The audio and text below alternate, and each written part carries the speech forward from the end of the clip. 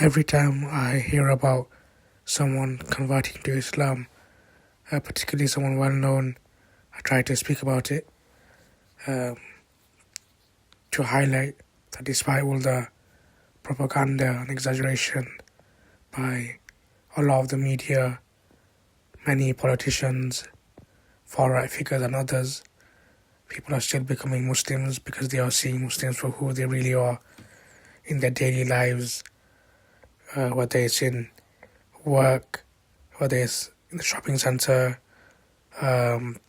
taxis, kebab shop, or anywhere else, and they are thinking that what the media shows often is lies, and this is what Islam is actually about, and I want it to be part of it, and they convert. And now we have news from One Pass Network. They posted Aussie World Cup player Tete Yengi became Muslim with Mufti Menk.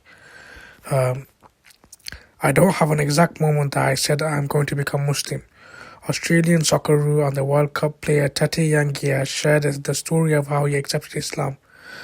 While visiting a mosque in his hometown of Adelaide, Yengi unexpectedly met Mufti Menk after Jumu'ah prayer. When I shook Mufti Menk's hand, he said, "Have you taken your Shahada yet?" I said, "Nah, not yet." He said, "You want to do it now?" I said, "I can't say no." So I just took my Shahada there with him. I don't know when this was. It could be recent, it could be a while ago. But regardless, it's something positive to see and share now. And what I've just said previously, people are seeing what's happening in Palestine, particularly in Gaza. People are seeing what's happening in Lebanon. They're seeing what's happening in Syria and Iran and Yemen and elsewhere. And they're not thinking, oh no, now I best avoid becoming Muslim and avoid Islam. What's making them become Muslims? Because they are seeing Muslims for who they are. And also they are seeing the Palestinians, even in these tragic circumstances, they are still praying honorable. They are still making dua. They are still telling family members that they have passed away once they have done the funeral and stuff like this. They are saying, present my greetings and my peace to the Prophet or to certain people, and they are showing that they are resilient and they are still doing what they can in their circumstances.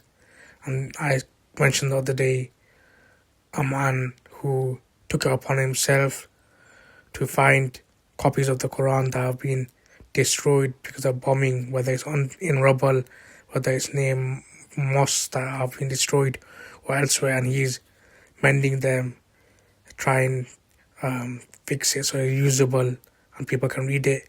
And there's so many other examples, and these examples and these real life stories, they're not just numbers, they're real life stories of why people are not listening to the media, they're not listening to certain politicians and far right figures and others. They are seeing Muslims and Islam for what it actually is. They are becoming Muslim, and there's something positive to see. And once again, I hope this is inspiration for others to look into the religion and become Muslims themselves. And even if they don't become Muslim, at least don't fall for the lies, propaganda and exaggeration of those who just have a pure blind hatred of Islam without knowing much about it.